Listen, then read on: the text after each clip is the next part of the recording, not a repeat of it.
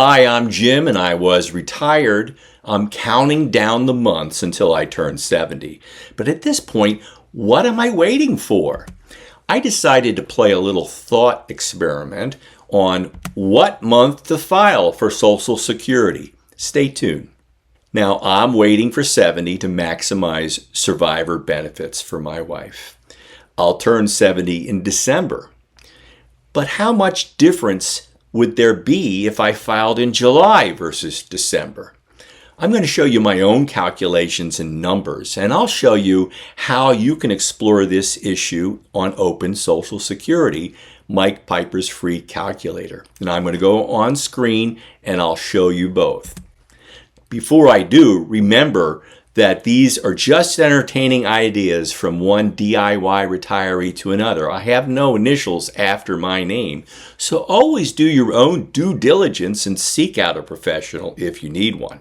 Now that I have that disclaimer out of the way, you can stay to the very end of this thought experiment for a DIY retiree, and I'll explain why this matters whether you're turning 70 this year or making another DIY retirement decision. Hey, be sure to like, subscribe, and share this channel with others you know who might be on a DIY retirement journey. So here we are on Open Social Security. That's the free open source Social Security calculator that Mike Piper designed. And I used it in my last video. Now, somebody challenged, why am I using Open Social Security when it doesn't account for inflation? Well, that's because if you click here, you go to the discount rate, you can actually alter your decision on how to use the discount rate. This whole calculation is about the present value of something, and therefore these are real dollars that Mike Piper is showing you, and they don't need to be adjusted for inflation. They're looking at the present value of the strategy, not what it will be inflated with a calculation of inflation. In my own calculations, I've designed spreadsheets where I've put in the annual COLAs, etc., to reflect future dollars with that growth of inflation. But here it's important just to let it be. Here, I'm looking at the same male that is similar to me in age with a PIA of 3,000, has not yet filed. And again, I've used an assumed age of death rather than the mortality that Mike Piper normally uses on this calculations. You can change that here by looking at different rates of mortality from the Social Security's periodic table or something from smoker or non-smoker rates. I've used assumed age at death. Again, here's the spouse, similar in age to my wife with a PIA of 1,000. She's already filed. She filed last December, and her assumed age. And the discount rate, there's a whole article on this whole decision of how to look at the present value of something with a discount rate. I urge you to read Mike Piper's explanation of this. He also has a great article here on how the Social Security benefits are calculated. So again, with that all entered, the recommended strategy is to file at 70 in December, with my spousal benefits kicking in for the wife in December as well. And the present value is this. And then they show you, again, there's the spousal benefit contributes $455 for that 1 month, but come back to that when I get to my numbers sheet, please. This is one flaw in this calculation, is they're showing you the benefit, but not when it's paid. And in a December birthday, that's going to matter. So down here, I tested alternative claiming strategies of July. And that's as soon as I file The spousal benefit will start for my wife. In this sample couple, that applies as well. As soon as the older spouse files, the younger spouse starts to get spousal benefits. Now, if you look at this, it's $2,625 that would kick in if the couple filed in July, and I divided that by 6. So that gave me the calculation of what it's something less than $455. That gave me the calculation to use in my numbers sheet. And I went through and I changed that each time. Again, spousal benefits won't start until that. Submit.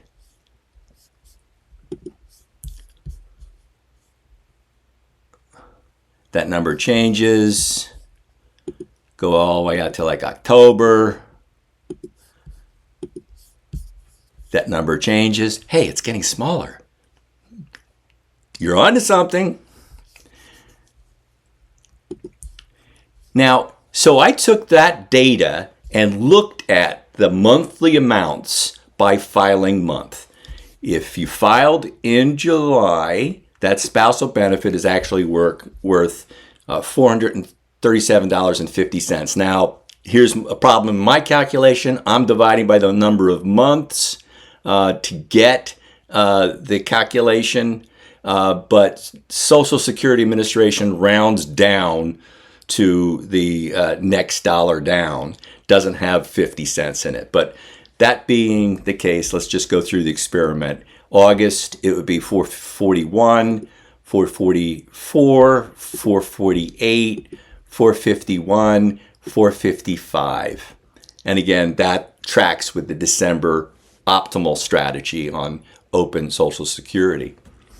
Now, what is the difference then between July and December? Well, it amounts to about $100 for the primary benefit and about $17.50, less than $20 for the spousal benefit. So you're really talking about $117.50 with this spreadsheet difference. It really doesn't amount a lot. And you can see your benefits going up very little. Hey, and by the way, I did not just trust Mike Piper's calculations on these. I actually went out and did some of my own calculations. And here, the PIA calculation with the deferred benefit credits that you earn, those are all calculated here by this formula. And I'll show you that formula to look at it. And it's looking at the exact formula that Social Security uses, rounded to get to what your benefit will be if you filed for each month. I looked at the spousal benefits, and it's a little bit more complicated formula because it depends on her age and how many months prior to her full retirement age she'll be collecting the spousal benefits. And that calculation here is I'll look at the edit formula, and there's the calculation for a spousal benefit that is going to be have a penalty for filing early. But so why shouldn't you just go ahead and apply? Well, the first thing I did was I took these numbers and moved them over here to this sheet. And here I'm showing that, well, you're going to get that monthly benefit for the number of months left in the calendar year, the taxable year. So this shows you the annual Social Security income by filing month. And it looks, and there's a big difference here in whether you file in July or December. You're looking at about a $20,000 difference in the amount of benefits that you're going to get. And assuming this couple is in a position where Social Security benefits are going to be taxed at 85%, because of their other pension and dividends and interest income, that means about $17,000, almost $18,000 in additional taxable income to the couple if they filed in July versus in December. But then I started researching And it's really, you have to remember that a benefit when you file is not going to show up until the next month. And so this July filer is really only going to get 5 more months, because you file in July, the check will start in August. And so I changed all of these calculations to show the difference here. And this, again, this is by the month. So if you filed in December, you will not get your Social Security benefits in December. You will get them in the next calendar year. And so they show up in January and will be taxed in 2027, not 2026. And so the end result is that you need to make a decision on whether you want to get another another $20,000, because the spouse is already collecting, so you're already getting that $10,000 worth of income built in. That's taxable at 85%, so it's about 87, 82 in taxable income already. So when that older spouse files, do you really want to get another $4,000 to $21,000 in additional income this year? And is that the wisest use? Are you paying attention to where your IRMAA threshold is? Have you figured out whether you're going to do another Roth conversion late in the year? Is it better to get the Social Security and forego a Roth conversion? Or is it better to forego the Social Security added income this year, do a Roth conversion, and start collecting in 2027? And that is why looking at it and examining this with a thought experiment like this helped me clarify I am waiting for December. Now, I am lucky I was born in December. But these kinds of decisions will matter whether you're filing at 70 or a full retirement age. And for some of us, in closer to my age, it was my full retirement age was 66 and 4 months. And so it happened in the middle of the year. You have a timing decision. And again, if my birthday were in October, my decision might be to forego filing, wait until after I turn 70 so that the benefit starts in 2027. You have up to 6 months after you turn 70 to file for your benefits. So timing matters in your decision. Did this thought experiment help? Please drop me a comment below. So why does this matter if you are deciding to file at a different age? Maybe you're not among the small percentage that file at 70. Maybe you're getting ready to make a filing decision at your full retirement age or some other month after full retirement age. Well, in a DIY retirement, there will be times when you're tempted to look at the month-to-month difference, as I did in that first chart.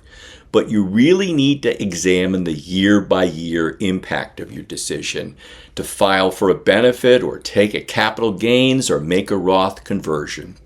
These timing decisions will change your annual taxable income.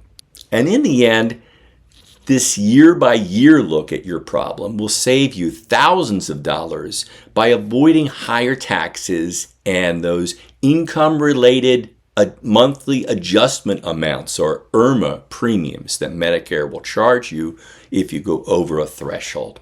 Now give that some thought next time you have one of these decisions. See you next week.